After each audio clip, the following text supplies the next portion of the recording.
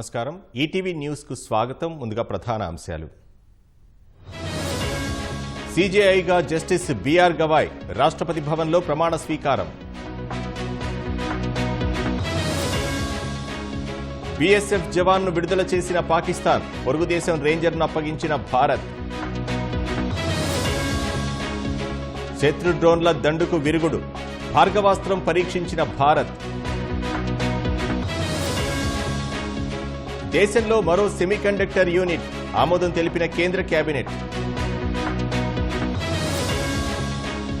20 రోజుల్లో 31 మంది మావోయిస్టులు హతం, కర్రెగుట్టల్లో జాతీయ జెండా ఎగిరిందన్న అమిత్ షా. పేర్లు మారిస్తే వాస్తవాలు మారవు, అరుణాచల్ అంశంలో చైనాపై మండిపడ్డ భారత్. విదేశాంగ మంత్రి జైశంకర్ కు భద్రత పెంపు, 2 బుల్లెట్ ప్రూఫ్ వాహనాలు కేటాయింపు.